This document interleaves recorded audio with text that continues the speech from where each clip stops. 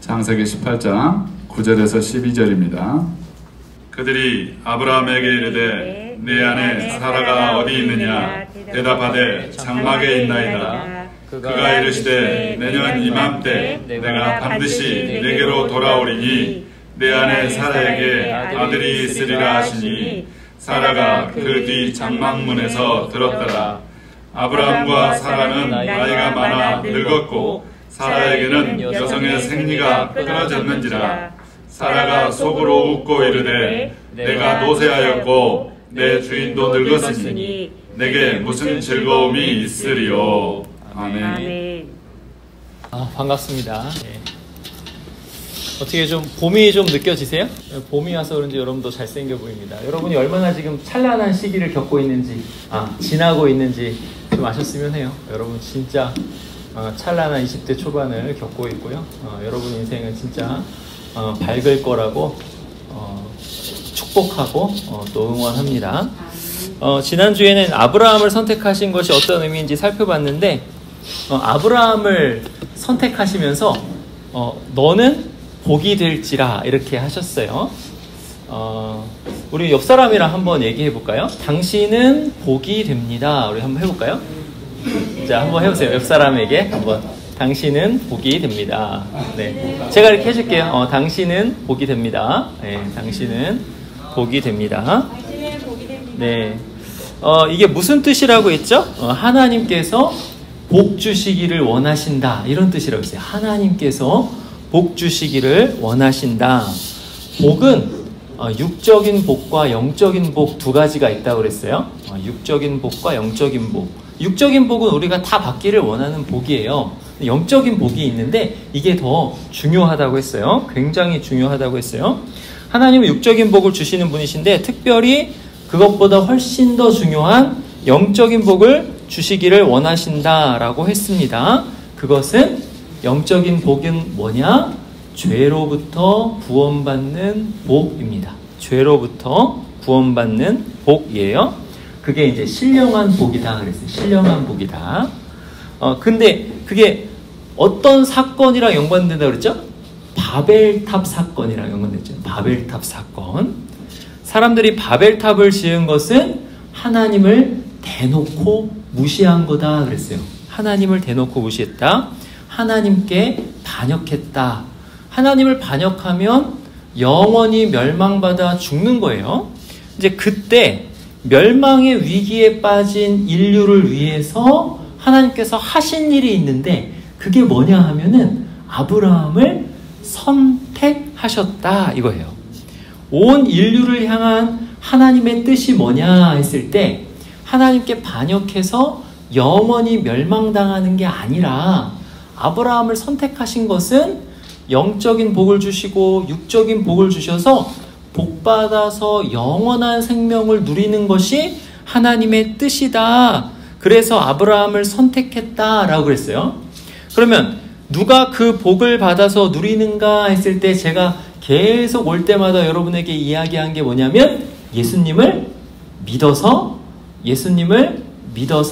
영접하는 자, 구주로 믿는 자, 그가 그 영적인 복을 받아 누리는 사람이다. 그랬어요. 죄를 지어서 하나님을 대적하는 사람은 결국 영원한 지옥의 고통을 당하는 것인데, 하나님의 무한하신 진노를 당하는 것인데, 하나님께서 그를 그렇게 두지 않으시고 그들을 지옥 고통에서 건지시기 위해서 예수님을 보내주셨다. 그 예수님을 믿는 것이 하나님으로부터 구원의 복, 영적인 복을 받는 것이다. 그렇게 말씀드렸어요. 근데 예수님이 오셨다 그랬어요. 예수님이 오셨다. 오늘 말씀에는 예수님이 오시는데 어떻게 오셨나? 그걸 이제 얘기할 거예요. 그것을 보면 예수님 믿어서 복을 받는다는 것이 사람의 힘으로는 안 되는 것이구나. 이걸 알 수 있을 거예요. 예수님이 어떻게 오셨나 이걸 보면 이 복을 받는 게 사람 수준으로는 되는 것이 아니구나. 이걸 알 수 있습니다. 오늘 말씀을 보세요. 거기 보시면은 그들이 아브라함에게 이르되 이렇게 나오죠. 그들이 아브라함에게 이르되. 여기 그들이 누구냐면 세 사람이에요. 세 사람. 사람이 셋인데 뒤에 보면은 그들 중에서 한 분이 하나님이세요. 하나님께서 아브라함에게 나타나신 거예요. 하나님께서 뭐라 하시냐면 내 아내 사라가 어디 있냐 물어보신 거예요. 내 아내 사라가 어디 있냐. 그러면서 뭐라고 하시냐면 내년 이맘때 내가 반드시 너에게로 돌아올 건데 내 아내 사라한테 아들이 있을 거야 라고 하시는 거예요. 아들이 있을 거야. 이 말씀이 얼마나 놀라운 말씀인지 몰라요. 정말 놀라운 말씀이에요. 감이 오시나요? 성경을 조금 아는 분들은 감이 오실 거예요. 11절에 보면은 이렇게 나오죠. 아브라함과 사라는 나이가 많아서 늙었다 그래요. 사라에게는 여성의 생리가 끊어졌다 그러죠. 아들을 낳을 수 없는, 몸이 생산할 수 없는 그런 몸이다 그런 거예요. 아이를 낳을 수 없는 몸. 근데 왜 그렇게 됐냐 했을 때는 젊은데도 그렇게 된 게 아니라 젊을 때는 괜찮았는데 나이가 너무 많이 들어서 그렇게 됐다는 거예요. 너무 많이 나이가 들어서, 너무 늙어서.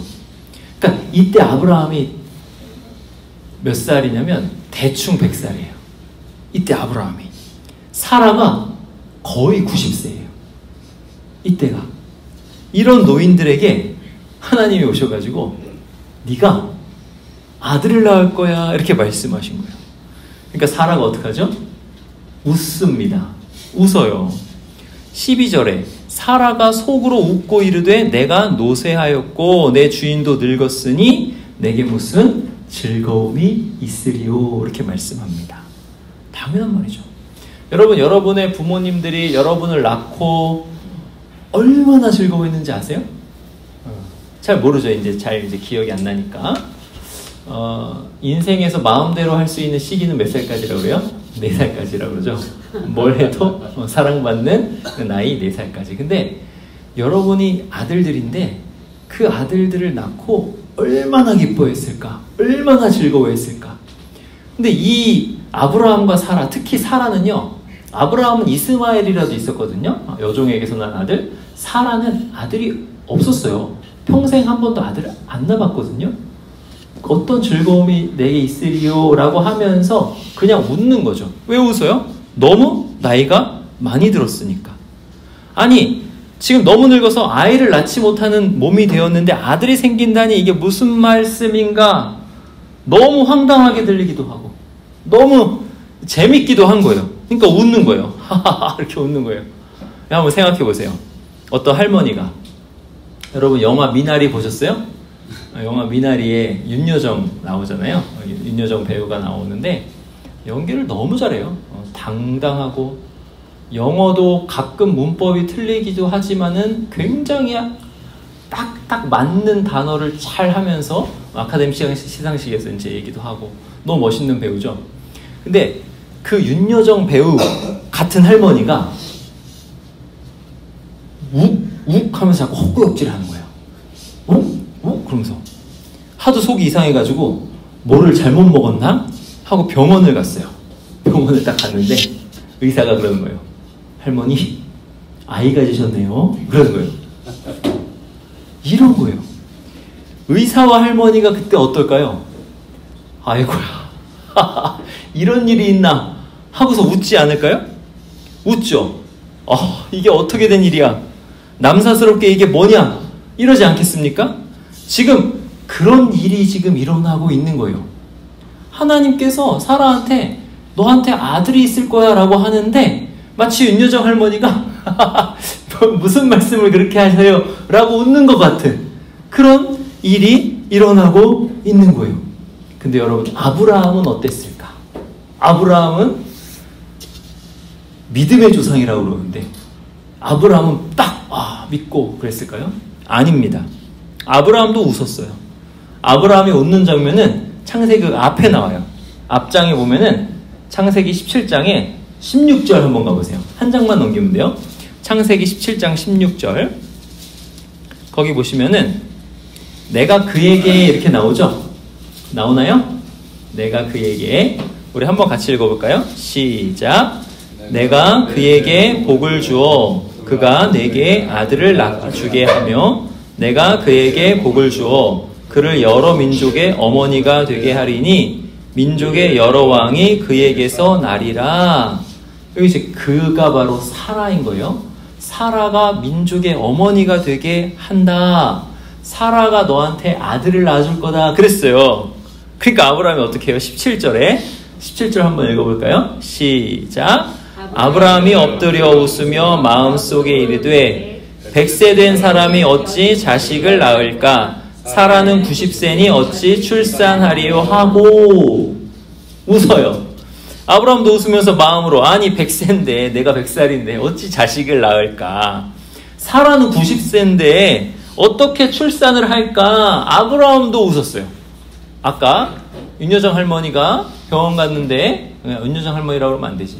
하여튼 그런 이제 이미지의 할머니가 병원 갔는데 의사가 아들 가셨네요 하고 의사도 웃고 할머니도 웃었어요. 지금 이것처럼 사라도 웃고 누구도 웃는 거예요? 아브라함도 웃는 거예요. 기독교인들은요, 아브라함 하면요 믿음의 조상이다 그래요. 이 사람은 믿음이 대단히 좋아서 믿음의 조상이다 그래요. 믿음의 대명사가 아브라함이에요. 바랄 수 없는 중에 믿고 바라본 대단한 믿음이에요. 내가 이거 믿을 수 없는 건데 믿는 거예요. 그리고 믿음으로 바라보는 거예요. 특별히 이제 하나님께서 내 자손이 이와 같으리라 이렇게 했을 때 믿었다고 그러거든요. 믿었어요. 근데 그 믿음의 조상이라고 불리는 그 아브라함도 여기서는 뭐 어떻게 한 거예요? 믿었다가 아니라 웃었어요. 성경이 이 사건을 이렇게 자세히 기록하는 이유가 있어요. 지금 굉장히 놀라운 일을 기록하고 있는데 어떤 놀라운 일이냐면 바로 아들이 지금 태어나는데 절대 아이를 낳을 수 없는 부부에게서 태어난다 이거예요. 절대 아이를 낳을 수 없는 부부에게서 아들이 태어난다. 그런데 이 부부가 그냥 부부가 아닌 거예요. 어떤 부부냐면 온 세계가 복을 받을 것이냐 아니면 저주를 받을 것이냐 이 두 갈래길에서 핵심 역할을 하는 부부라고요. 저주냐 복이냐에서 핵심 역할을 하는 부부예요. 이 부부가 아들을 낳으면 온 세계 천하 만민이 복을 받을 것이지만 만약에 실패하면 바벨탑 사건의 여파가 그대로 이어져서 실패의 역사, 온 인류가 저주를 받는 역사로 가는 거예요. 이런 중대한 일에 아브라함과 사라가 어떻게 지금 있냐면 아무 의욕이 없어요. 아들을 낳을 수 있어요? 제가 믿어요. 사라도 너무 감사해요. 정말 저는 아들을 갖고 싶었는데 아들을 낳고 싶었는데 저도 그러한 즐거움을 맛볼 수 있겠네요. 이런 의욕이 아무것도 없어요. 완전히 포기했어요. 소망이 없어요. 아들이 난다고 하니까 어떻게 하는 거예요? 웃는 거예요. 아니 그런 일이 어떻게 일어납니까? 하도 어이가 없어서 웃는 거예요. 그렇게 웃는 아브라함과 사라에게 하나님께서 뭐라고 하시냐면 이렇게 얘기하세요. 17장 21절에 내 언약은 내가 내년 이 시기에 사라가 내게 낳을 이삭과 세우리라 말씀하시는 거예요. 여기 이삭이 이름 뜻이 웃음이다. 웃음이다. 모든 사람이 이삭을 생각하면 웃는 거예요. 웃기는 거예요. 재밌는 거예요. 아니 저렇게 노쇠한 사람들에게 아들이 난다고? 근데 하나님이 뭐라 그래요? 이삭이 태어날 거고 내가 너에게 약속한 언약은 이삭에게 이어진다라는 거예요. 여러분 아브라함에게 약속하신 언약이 뭐죠? 너는 복이 될 것이다 이거잖아요. 천하 만민이 너로 복을 받을 것이다 이거잖아요. 그 언약이 이삭에게 내려간다는 거예요. 아직 태어나지도 않은 아들을 말씀하시고 그 언약이 그에게 내려간다고 하시는 거예요. 그런데 이 부부가 어떤 부부라고요? 100살, 남편은 100살, 아내는 90살이라고. 90세, 100세. 신체적으로 생산 능력이 없어요. 육체적으로 생산 능력이 없을 뿐만 아니라 영적으로도 생산 능력이 없어요. 영적으로도 생산, 무슨 소리예요? 믿었어요? 안 믿었어요? 안 믿었어요. 소망, 바라보고 바라봤어요? 소망했어요? 소망하지 않았어요. 믿지도 않고 소망하지도 않았어요. 웃었어요, 그냥. 믿는 것까지 가지도 않아요. 와, 좋겠다까지 가지도 않아요. 듣자마자 그냥 피식 웃은 거예요. 이 사람들을 보면 신체적으로나 영적으로나 하나님의 약속이 전혀 이루어질 기미가 보이지 않는 거죠. 그럼 하나님의 약속이 어떻게 돼요? 하나님이 나한테 복 주시려고 하는데 내가 복 받을 자세가 지금 돼 있어요? 안 돼 있어요? 전혀 안 돼 있잖아요. 복을 주시려고 막 노력하는데 그게 뭔지, 그게 나랑 무슨 상관인지 아무 생각이 없는 거예요. 뭐지? 또 그거를 바라보고 진짜 주셨으면 좋겠다? 이렇게 생각도 안 하는 거예요. 여러분, 구원이 이런 겁니다. 구원이 이런 거예요. 그래서 제가 이제 여기 와가지고 말씀을 전할 때 여러분이 의욕이 없이 앉아있고 때로는 졸고 그래도 괜찮다라고 하는 거예요. 왜 그런지 알아요? 갑자기 하나님이 여러분에게 팍 가신다니까요. 갑자기 가셔가지고 아무 의욕도 없고 아무 소망도 없고 그냥 나와 있는데 갑자기 믿음이 생겨요. 뭐지? 이런 거예요. 이 구원이 그런 거예요. 사람이 하는 게 아니라 하나님이 하시는 거예요. 아멘. 여러분이 여기 나와 있는 것도 사실 여러분이 하는 거가 아닐 거예요. 하나님이 하시는 거예요. 하나님의 이 약속은 반드시 이루어집니다. 아무리 사람이 웃고 그래서 신체적으로나 영적으로나 무능해도 하나님께서 약속하신 것은 이루어지는 거예요. 하나님 여러분을 선택하셨으면 반드시 구원하시는 거예요. 아무리 사람이 다 포기했어도 이루어집니다. 왜냐? 하나님이 약속하신 복은 사람 수준의 복이 아니라서 그래요. 하나님께서 일하실 때는 언제냐? 하나님께서 언제 일하시냐? 사람 수준의 열심이나 믿음이나 소망이나 능력이 딱 멈췄을 때, 나 이제 더 이상 못하겠다. 그때 하나님이 일하시기 시작합니다. 아브라함이 사람 수준으로 뭔가를 시도할 때 낳은 자식이 이스마엘이에요. 이스마엘은 지금 중동의 아랍 사람들의 조상입니다. 사람들이 뭔가를 시도할 때 사람 수준의 일이 일어나는 거예요. 사람 수준의 일, 사람 수준의 열심에 그것을 나타내는 게 율법 종교입니다. 율법 종교. 이슬람교가 그렇고요. 유교가 그렇고요. 정말 많은 종교들이 그런 거예요. 율법 종교. 내가 착하게 살면 복을 받는다. 내가 나쁜 짓 하면 벌을 받는다. 사람들이 착하게 살도록 도덕국가를 이루어야 된다. 그래서 통치자는 철학자 중에 나와야 된다. 이런 이야기를 하는 것이 율법 종교의 면면인데 사람 수준에서는 그게 가능해요. 될 수도 있어요. 어느 정도까지 좋은 나라를 만들 수도 있어요. 딱 거기까지예요. 그 수준에서 하나님이 주시는 복, 하나님께 나아가는 거는 어느 수준에서 딱 막혀 있어요. 사람 수준에서는 할 수 없는 일이라고요. 그 수준을 뛰어넘는 것이 기독교입니다. 근데 내가 사람이 뛰어넘은 게 아니라요. 진짜 암울할 때, 바벨론에 포로됐을 때, 마태복음 설교 때 그랬잖아요. 지금 아브라함과 사라는 아무 의욕이 없을 때, 웃을 때 그냥, 신체적으로나 영적으로나 아무런 소망이 없을 때 약속의 자녀가 그냥 태에 쑥 들어서는 거예요. 아무 빛이 없을 때, 흑암에 앉아있을 때 예수 그리스도께서 쑥 나타나시는 거예요. 이게 은혜 종교다 그러는 거예요. 사람으로서는 절대 할 수 없는 일을 하나님께서 약속도 해주시고 하나님께서 그 약속을 이루어 주시고, 근데 그 약속에는 뭐가 담겨있냐면 엄청난 혜택이 담겨있는 그거를 하나님이 주시는 거예요. 사람으로서는 하나님께서 닿을 수 없어요. 우주선을 아무리 타고 간다고 해도 하나님을 찾을 수 없어요. 이 땅에서 아무리 에덴 동산을 찾아다닌다 해도 발견할 수 없어요. 여러분 유토피아가 뭔지 알죠? 유토피아. 유가 뭐예요? 유는 없다 라는 뜻이에요. 유는 없다. 토피아는 장소. 유토피아는 뭐예요? 없는 장소다. 없는 장소다. 이 땅에 지상 낙원을 건설하려는 사람들의 시도와 생각은 다 실패한다는 뜻이죠. 이게 율법 종교의 한계입니다. 어디까지 가면 이루어질 듯 하는데 안 이루어지는 거예요. 유토피아는 없어요. 없어요. 진짜 낙원은 하나님께로 가서야 있는 거예요.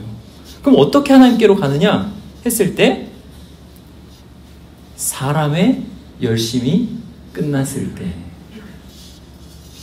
죽은 것 같을 때, 내가 죽은 것 같을 때, 실제로 자기 부인으로 죽었을 때, 내가 나를 부인해가지고 그러니까 나는 안 됩니다 이렇게 돼가지고 그때 하나님이 일하셔서 건지시는 거예요. 100세 90세가 되어서 아들을 낳을 수 없을 때 아들을 주시는 거예요. 하나님이 이런 방식으로 일하십니다. 여러분이 정말 건강하고 힘이 있고 이럴 때 예배의 자리에 나온 것이 목사님은 기적인 것 같아요. 기적이에요. 어떤 분들이 예배에 잘 나오는지 아세요? 불치의 병에 걸렸다든가, 더 이상 소망이 없다든가, 너무 힘들다든가, 이런 분들이 예배의 자리에 나와요. 하나님께 나와서 엉엉 울면서 회개한다고요. 하나님 저 좀 받아달라고. 세상에서 그 어떠한 것도 위로를 받을 수 없다고 해서 나온단 말이에요. 그때 하나님께서 일하시는 거예요. 근데 여러분을 보면 하나님 여러분을 너무 사랑하시는 것 같아요. 왜요? 지금 여기 이렇게 나와 있어요. 나와서 이런 말씀을 듣고 있어요. 하나님이 역사하신다라는 이런 얘기를 듣고 있잖아요. 여러분이 만약에 낙원에 가잖아요. 낙원에 가서 하나님 만나잖아요. 그때 여러분 어떤지 아세요? 놀랍게 웃을 거예요, 여러분이. 나 진짜 와 있네, 여기? 세상에. 이럴 수가. 나 같은 사람이 여기 와 있네? 이럴 거예요. 왜 그런지 아세요? 여러분으로서는 되지 않는 일이 일어났기 때문에 그래요. 하나님이 해주신 일이에요. 그게 낙원에 가면 와, 진짜 은혜다, 이렇게 느껴지는 거예요. 그러니까 웃는 거예요. 아, 이럴 수가, 세상에 이럴 수가, 이렇게 되는 거예요. 이게 하나님의 은혜입니다. 이 은혜는 하나님께서 약속하셔서 베풀어 주시는 건데, 이 은혜를 여러분에게 베풀어 주시기 위해서 예수 그리스도를 이 땅에 보내주신 거예요. 이삭이 왔기 때문에 그 이삭의 가문으로 예수님이 나중에 어떻게 이제 족보가 되냐면 아브라함과 다윗의 자손 예수 그리스도다, 이렇게 나온다고요. 물론 동정녀 마리아에게서 났지만은 족보상 아브라함에게서 난 사람으로 예수님께서 오신다라고 하는 거예요. 이렇게 대대로 오셔서 대대로 그 자손으로 예수님이 오신다, 이거예요. 도저히 일어날 수 없는 일을 일으키시려고 오시는데, 그게 뭐냐 하면은 사람으로서는 하나님께 가서 닿을 수 없는데 그 벽을 깨시고 오셔가지고 하나님으로서 우리 가운데 계시다가 하나님으로서 모든 죄를 다 사하시고 죽으시고 그 혜택을 주시려고 우리에게 오셨다라는 거예요. 신체적으로도 영적으로도 아무 능력이 없는 우리에게, 그렇게 여러분에게 영원한 복을 주시려고 오신 줄 믿으시기 바랍니다. 한 가지만 말씀드리면, 여러분 세례를 이제 생각하실 때 여러분 마음에 이게 뭐지? 감동이 안 될 수도 있어요. 세례 잘 모르겠다. 또 옆 사람도 막 안 받는다고 그러고 나 혼자 그거 앞에서 받으면은 그거 너무 티나고 창피하고 그럴 텐데, 이런 생각을 하실 수도 있어요. 괜찮습니다. 다 이해해요. 하나님께서 여러분에게 한 사람 한 사람에게 마음 주실 거예요. 그리고 믿음 주실 거고, 아, 받고 싶다. 안 받으면 안 되겠다. 교육도 받고 싶다. 이런 마음이 언젠가는 들 것입니다. 목사님은 그걸 믿고요. 또 성령께서 여러분 한 사람 한 사람에게 말씀하셔서 여러분에게 놀라운 복을 주실 줄 목사님 믿습니다. 그렇게 받아들이고 하나님께 구원받는 여러분이 되기를 또 목사님 열심히 기도할게요. 기도하겠습니다. 하나님 감사합니다. 우리 군 지체들과 함께 예배드리는 것이 얼마나 감사하고 영광스러운 일인지요. 하나님이 이들을 얼마나 사랑하시는가가 참 여러 가지로 경험됩니다. 하나님 이들에게 놀라운 은혜 주셔서 이 귀한 시간에 여기 나와서 말씀 듣고 또 함께 예배 드리게 하시니 감사합니다. 하나님 이 자리에서 하나님께서 성령님으로 찾아가셔서 그 마음에 감화, 감동을 주시옵소서. 예수님만이 구원의 길이심을 깊이 깨닫게 하여 주시옵소서. 일주일 동안 군생활을 할 때에 이 말씀이 불현듯 생각나게 하여 주시옵소서. 아, 내가 진짜 복받을 인생인가? 이것이 믿어지게 하여 주시옵소서. 하나님께서 아브라함에게 얼마나 놀라운 복을 주셨는지요. 그 복을 아브라함에게만 주신 것이 아니라 영적으로 아브라함의 자손이 된 우리에게도 주신 줄 믿습니다. 우리가 그 복을 다 받아 누리게 하시고 우리 형제들이 다 그 복을 받아 누리게 하여 주시옵소서. 특별히 세례식이 앞으로 있는데 하나님 그 마음에 감동하시고 믿음 주셔서 세례받고자 자원하는 사람들이 많이 나오게 주님께서 인도하여 주시옵소서. 감사드리고 예수님의 이름으로 기도하옵나이다. 아멘.